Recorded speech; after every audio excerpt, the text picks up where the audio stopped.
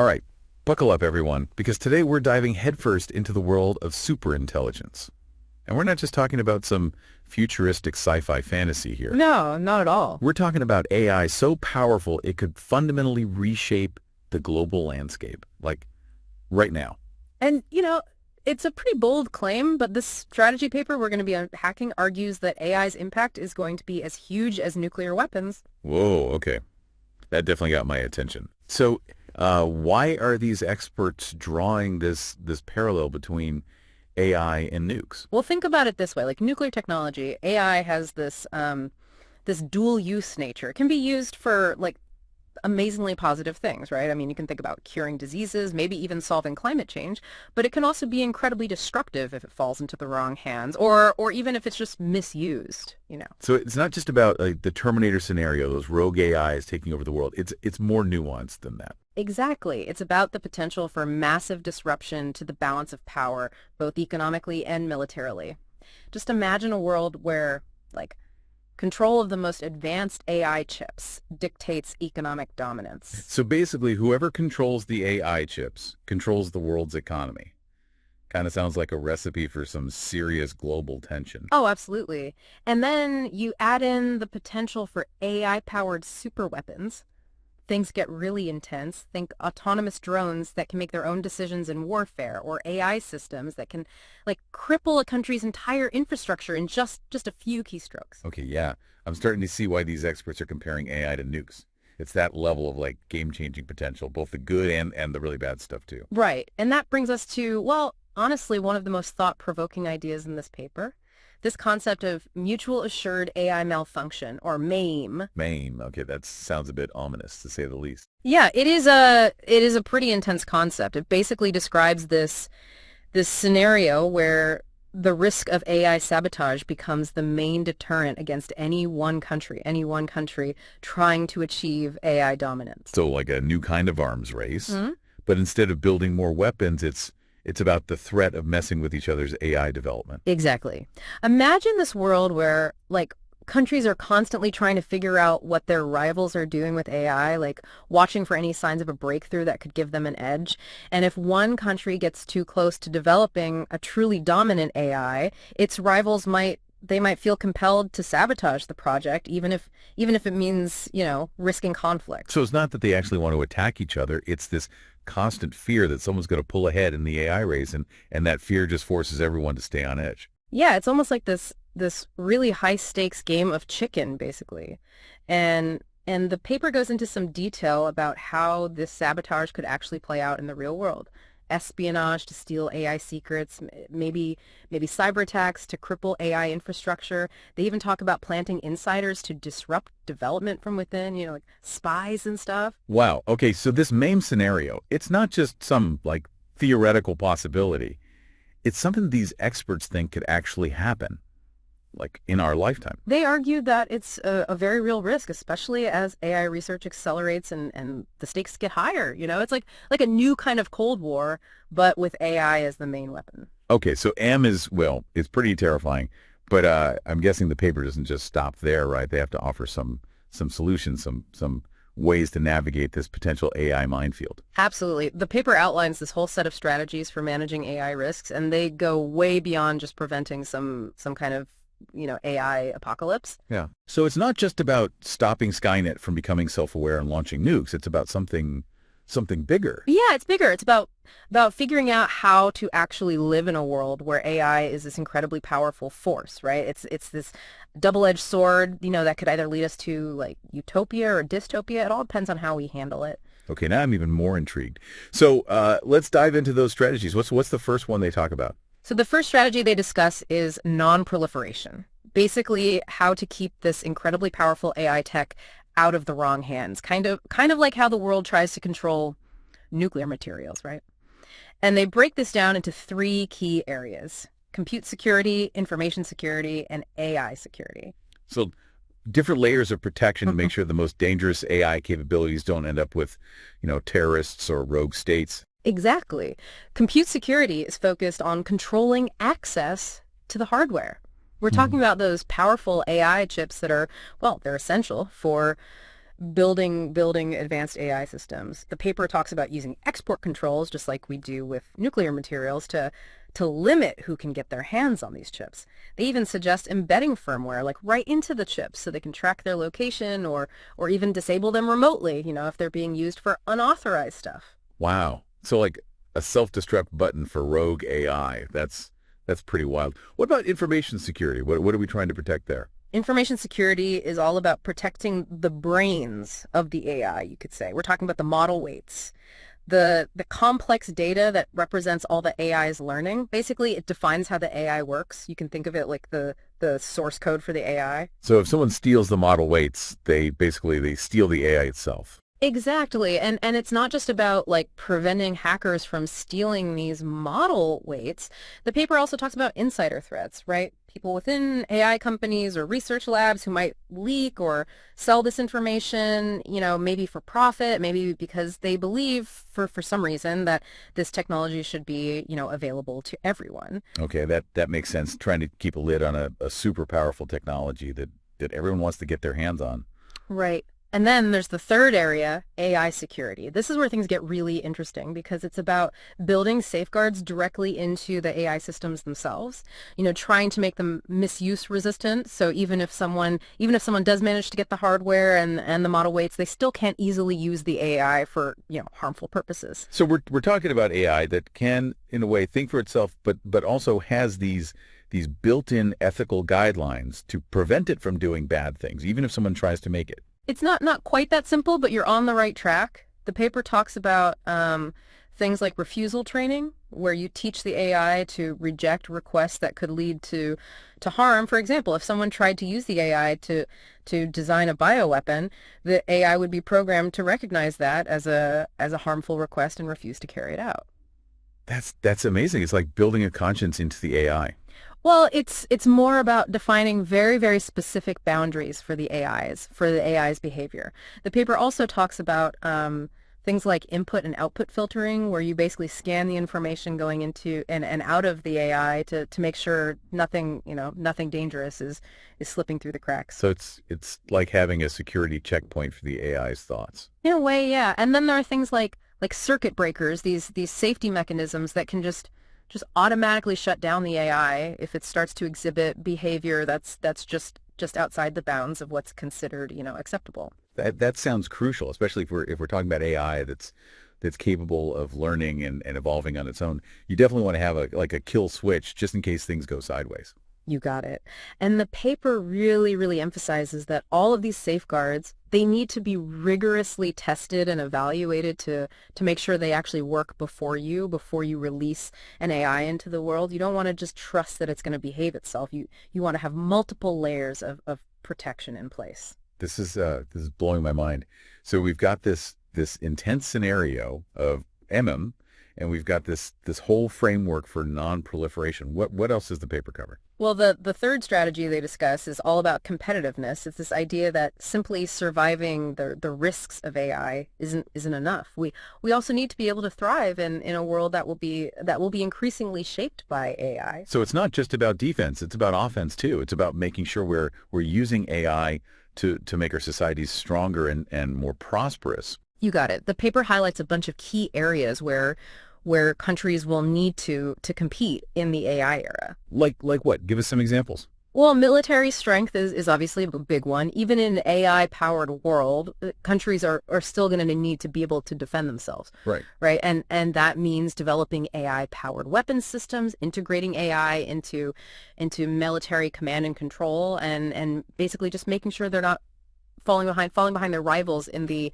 AI arms race. So it's like a whole new arms race is already brewing, but with bits and bytes instead of bullets and bombs. That's one way to look at it. But the paper also emphasizes that competitiveness isn't just about military might. It's about economic security too, making sure you have access to those crucial AI chips, the brains of the operation, and that you're not overly reliant on any one country for that supply. That makes sense. It's like if one country controls the AI chicks, they control the AI, and then they control everything. We need to be diversified. Exactly. The paper talks about the need for countries to invest in domestic AI chip manufacturing, even even if it's expensive, to ensure they have a secure and reliable supply of these essential components. They can't afford to be caught flat-footed if the global supply chain gets disrupted. So it's not just about surviving AI risks. It's about using AI to improve our lives and make our society stronger. But it sounds like there's a lot more to unpack here, right? Oh, absolutely. We've only just scratched the surface. There's a lot more to explore about how these strategies could actually play out in the real world and what it all means for the future of humanity. Well, in that case, I'm definitely ready to keep diving deeper. Listeners, stick with us as we continue to unpack this fascinating and let's be honest, a bit terrifying world of superintelligence and national security. This is just the beginning. Okay, so before we move on from this whole MAIM scenario, is there anything else in the paper that really stood out to you about how this could actually play out, like, in the real world? Yeah, one thing that really struck me is how the paper compares MAIM to the early days of the nuclear arms race. Yeah. Back then, no one really knew how to control these incredibly powerful weapons, and there was just so much fear and uncertainty about what could happen. So are we saying we're in a similar situation now with AI, like kind of stumbling around in the dark, hoping we don't trip over some super intelligence that could like wipe us out? It's not a perfect analogy, but there are definitely some parallels. The paper argues that we need to start thinking about escalation ladders for AI, just like we did for nuclear weapons. Basically figuring out what actions would trigger a response and how severe that response would be. So it sounds like we need some really clear rules of the road for AI development, right? Yeah. Some kind of global agreement on what's acceptable and what's totally off limits. Exactly. We need to figure out where the red lines are so Yeah. we don't accidentally stumble into a conflict.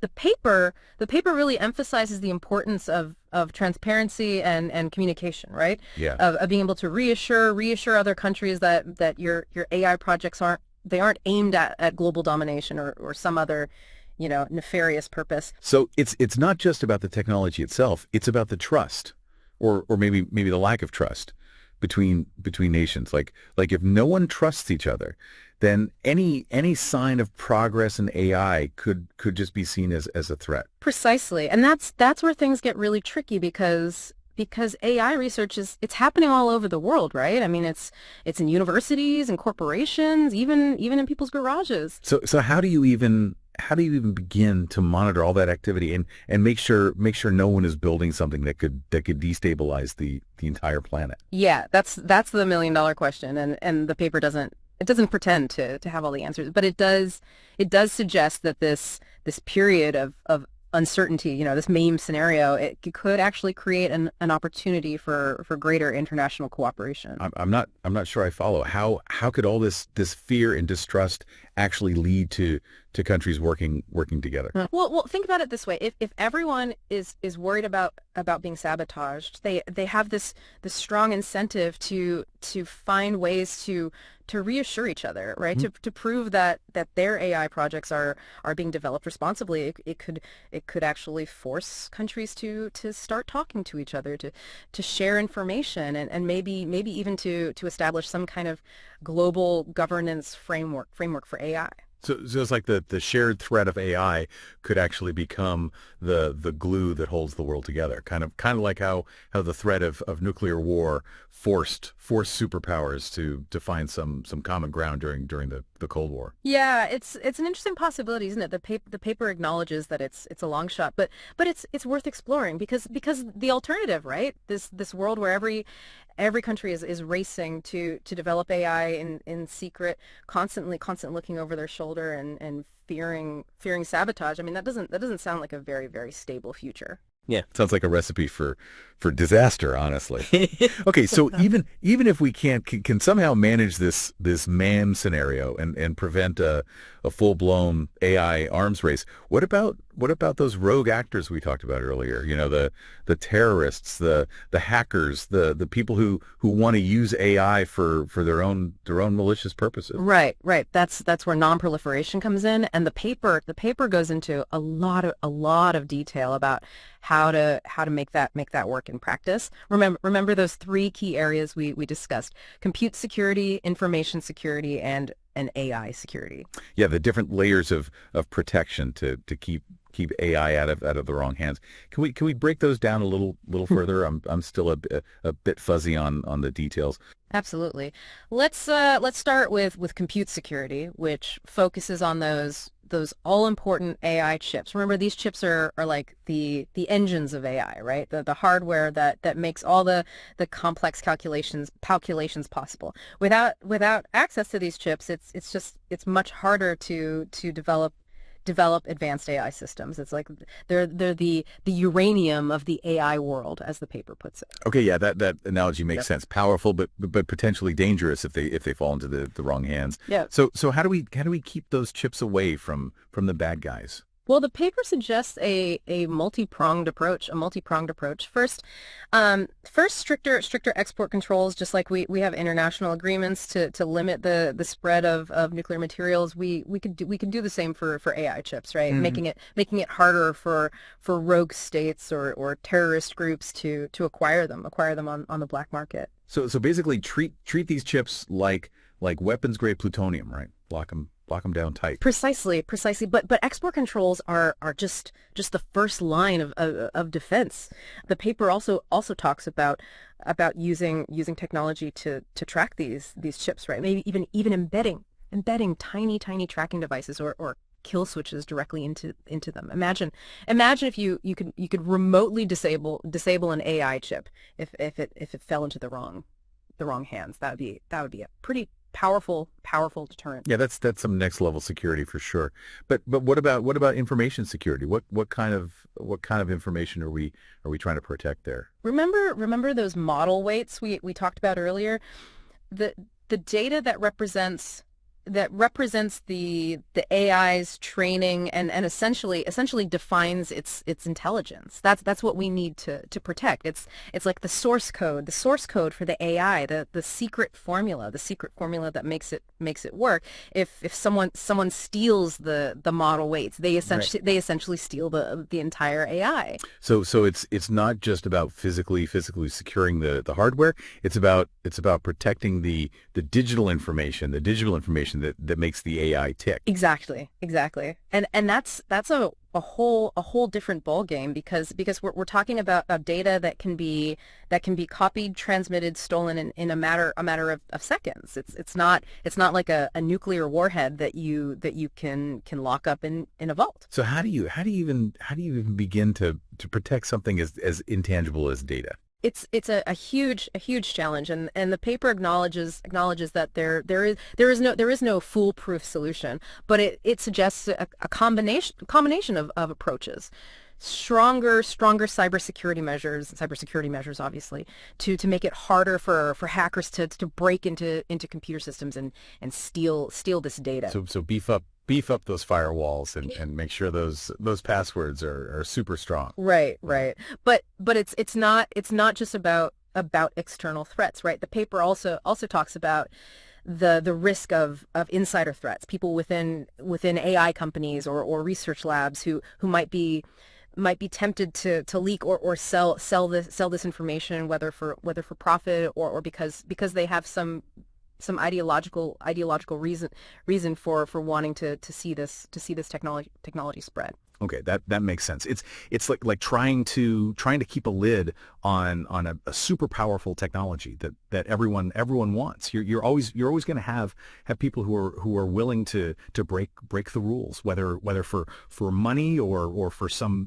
higher cause. Exactly, exactly. And then there's the issue of those who believe that AI should be open source, that everyone should have access to it, regardless of the risks. It's a complex ethical debate, and the paper doesn't take a strong stance on it, but it does acknowledge that controlling the flow of information is going to be crucial for preventing AI from falling into the wrong hands. It sounds like a real cat and mouse game, Yeah.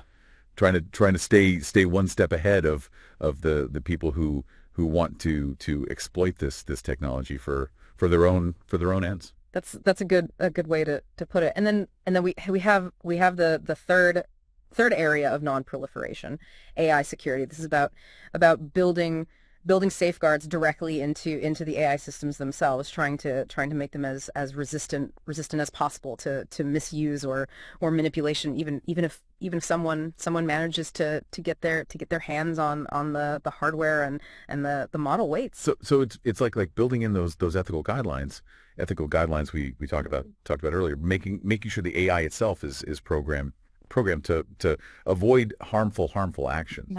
Exactly. The paper goes into some pretty fascinating detail about how this could work in practice. Remember that refusal training we discussed, where you teach the AI to reject requests that could lead to harm.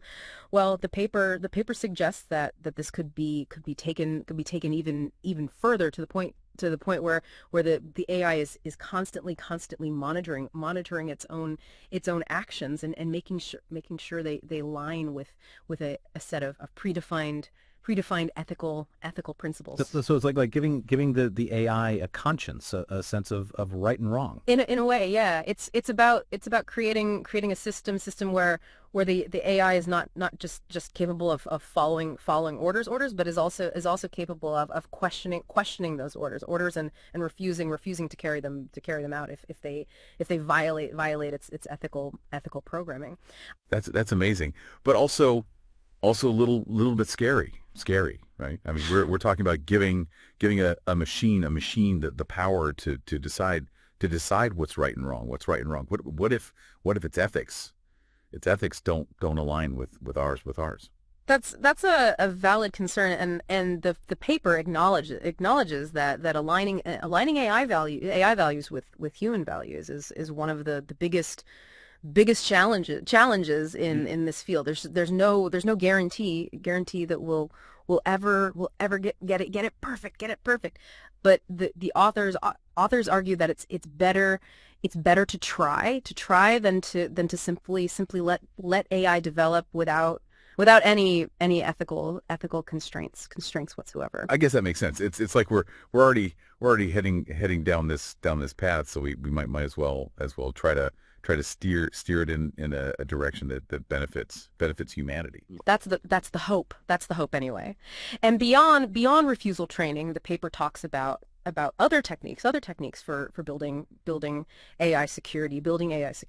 For example, input and output filtering. This is where you basically scan the information going into and out of the AI system, to make sure nothing dangerous is slipping through. Huh. So kind of like a security checkpoint for the AI's thoughts. You could think of it that way. It's about preventing the AI from being fed harmful information, or from generating harmful outputs. For example, if someone tried to feed the AI a bunch of propaganda designed to make it racist or violent, the input filter would hopefully catch that and prevent it from corrupting the AI's thinking.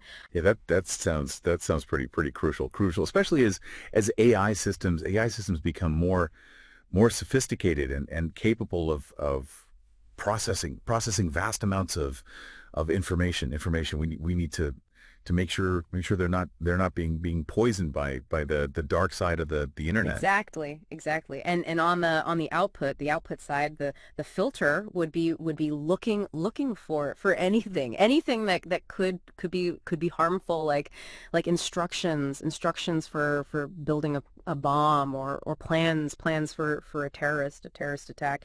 If the AI generated something like that, the filter would flag it and prevent it from being released into the world. So we're talking about creating a kind of safety net around the AI, trying to anticipate all the ways it could be misused. It could be misused, and putting in place safeguards to prevent those misuses from happening. That's the basic idea, and the paper also talks about circuit breakers, these safety mechanisms that can automatically shut down the AI if it starts to exhibit behavior that's outside the bounds of what's considered acceptable. So like a kill switch for rogue AI. Pretty much. The idea is that if the AI starts to do something that's unexpected, or potentially harmful, even if it's not something that was explicitly programmed to avoid, the circuit breaker would kick in and shut it down before it can do any real damage. That sounds like a pretty crucial fail-safe, especially when we're dealing with AI that's capable of learning and evolving on its own. You never know. You never know what kind of weird or unexpected behavior might emerge. Exactly. And the paper emphasizes that all of these safeguards, they need to be rigorously tested and evaluated to make sure they actually work before you unleash an AI into the world. You don't want to just trust that it's going to behave itself. You want to have multiple layers of protection in place. Okay. So we've covered deterrence with MAIM and the various layers of nonproliferation. That's a lot to take in. It is a lot. And remember this is all about managing the risks of AI, the potential downsides. But the paper also spends a lot of time talking about the potential upsides, the ways AI could be used to benefit humanity and solve some of the world's most pressing problems. That's right. Because it's not all doom and gloom. Yeah. Right? AI has the potential to do amazing things if we can harness it wisely. Exactly. And that brings us to the third strategy the paper discusses: competitiveness. Remember, this isn't just about surviving the risks of AI. It's about thriving in a world that will be increasingly shaped by AI. It's about making sure we're using AI to make our societies stronger and more prosperous, not just watching from the sidelines as other countries pull ahead. So it's not just about defense. It's about offense too. It's about using AI to improve our lives and make the world a better place. You got it. The paper highlights a bunch of key areas where countries will need to compete in the AI era. Like what? Give me some examples. Well, military strength is obviously a big one. Even in an AI-powered world, countries are still going to need to be able to defend themselves, and that means developing AI-powered weapon systems, integrating AI into military command and control, and basically making sure they're not falling behind their rivals in the AI arms race. Okay, so that's the stick. What about the carrot? How can AI be used to improve things on a global scale? Well, the paper talks a lot about economic competitiveness. Remember those AI chips we were talking about, the ones that are so crucial for developing advanced AI systems.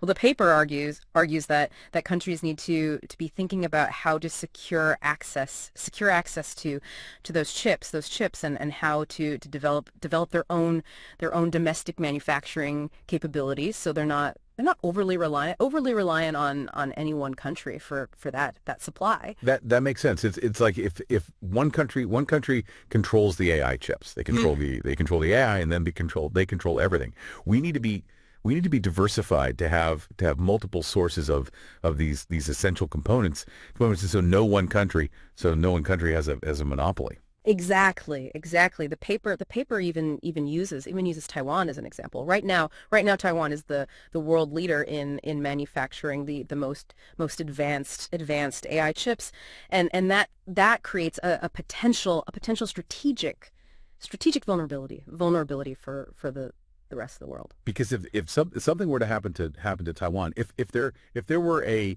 conflict or a disruption of the supply chain, the West could lose its edge in AI very, very quickly. Precisely, and that's why the paper argues so strongly for investing in domestic AI chip manufacturing, Yeah. even if it's expensive, to ensure that we have a secure and reliable supply of these essential components. We can't afford to be caught flat-footed if the global supply chain gets disrupted. Okay, so that's military strengths, and economic security. What else is on the competitiveness checklist? Well, the paper also talks about the need for developing legal frameworks that can keep pace with the rapid evolution of AI. Mhm. We need laws and regulations that can govern how AI is used, who's responsible when things go wrong, and how to protect people's rights in an AI powered world. That sounds pretty crucial, because AI is already starting to impact so many aspects of our lives, from healthcare to transportation to finance. We need to make sure we have the right legal infrastructure in place to prevent abuse, and ensure that AI is used for good, not for evil. Exactly.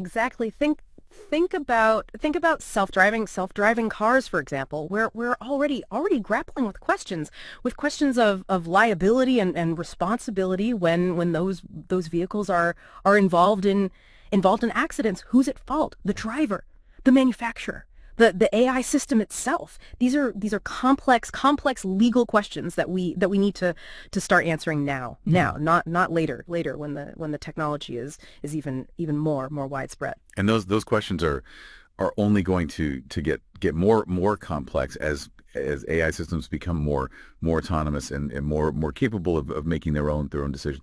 It's like at what point do the AI become a legal entity with its own rights and responsibilities? That's a fascinating question, and one that philosophers and legal scholars are already debating. The paper doesn't go into that level of detail, but it does emphasize the importance of having these conversations now before AI technology outpaces our ability to regulate it. It sounds like we need to be thinking not just about the technological challenges of AI, but also about the ethical, legal, and societal implications. It's a multifaceted issue that's going to require a multifaceted response. Exactly.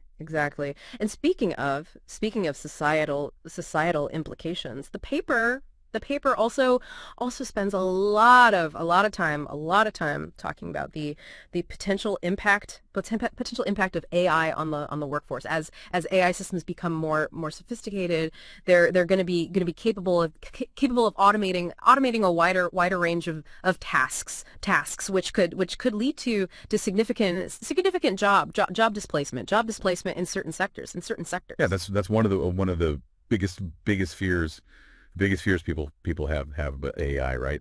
That the robots are going to take all our jobs. It's a valid concern, and the paper doesn't sugarcoat it. But it also argues that we shouldn't just be focused on the jobs that AI might destroy. We should also be thinking about the new opportunities that AI could create new industries, new ways of working, new skills that will be in high demand. So it's not just about retraining people for the jobs of the future, it's about reimagining what work looks like in an AI powered world, Exactly. And that's gonna require a lot of creativity, a lot of investment in education and training, and a lot of collaboration between governments, businesses, and educational institutions. It sounds like we need a whole of society approach to navigating this AI revolution. That's a good way to put it. And that brings us to one of the most thought-provoking points raised in the paper. Which is The authors argue that in the long run, political stability might be the most crucial factor in determining whether AI leads to a better future, or a dystopian one. And I'm intrigued. Tell me more. Well, think about it this way. If societies are fractured and unstable, if there's widespread distrust and unrest, it's going to be much harder to manage the challenges of AI and to harness its potential for good. Because if everyone is fighting each other, no one is going to be able to focus on the bigger picture on how to use AI to solve global problems like climate change or poverty. Exactly. And the paper argues that AI itself could play a role in promoting political stability, potentially a very positive one. Wait, how could AI help with that? The paper talks about using AI for forecasting, for predicting future trends and events, and then using that information to make better decisions. Okay, I can see how that could be useful. Like using AI to predict economic downturns or outbreaks of disease, so we can take steps to mitigate the damage. Exactly.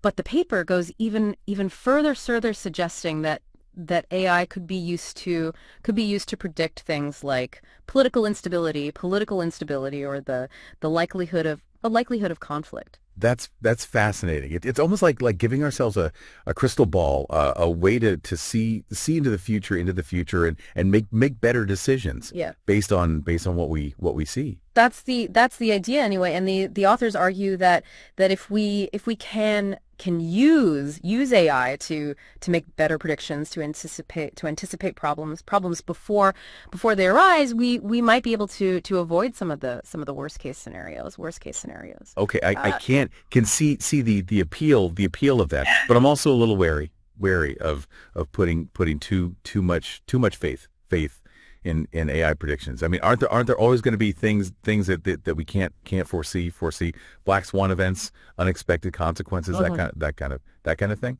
Of course, no forecasting system is perfect, whether it's based on AI or human intuition. But the authors argue that AI forecasting could be a valuable tool, especially if it's used in a transparent and an accountable way. So not just blindly trusting the AI's predictions, but like understanding how they were made. Yeah. Being able to scrutinize the data, the algorithms that went into them. Exactly. Because if we're gonna use AI to guide our decisions, we need to be able to trust those decisions, and that means understanding how how they were made, how they were made. It's like the old saying, trust but verify. Oh, But in this case, it's more like trust but understand. that's a great way to put it, and it kind of highlights the importance of Hmm. blindly accepting AI's pronouncements, but Hmm. of using them as a starting point for discussion, for debate, and for making informed choices, Wow, exactly. Because ultimately, the future of AI is up to us. Up to us. We're the ones who get to decide how we use this technology, and what kind of world we want to create with it. That's a powerful thought to end on. We've covered a lot of ground in this deep dive, from the potential for AI powered super weapons to the need for international cooperation, to the possibility of using AI to predict and prevent conflict. It's a lot to process, for sure. But hopefully this conversation has given our listener a better understanding of the complex landscape of AI and national security, and the challenges and opportunities that lie ahead. I think it has. And for our listener, if your head isn't already spinning from all this information, just wait until we get to the third and final part of this deep dive, where we'll explore some of the more philosophical implications of superintelligence, and what it all means for the future of humanity. Yeah, we'll be talking about some really, really big questions, like what does it even mean for a machine. How can we ensure that super intelligent AI, if we ever create it, remains aligned with human values. It's going to be a fascinating discussion. I promise. Okay. Well, for one, I'm definitely looking forward to that. But for now, I think we've given our listener plenty to think about, to chew on until next time. Yeah, we've thrown a lot at them today. But hey, that's what this deep dive is all about, right? Exploring the cutting edge of ideas, even if those ideas make us a little bit uncomfortable. Absolutely. It's about pushing the boundaries of our thinking, and grappling with the big questions that will shape the future.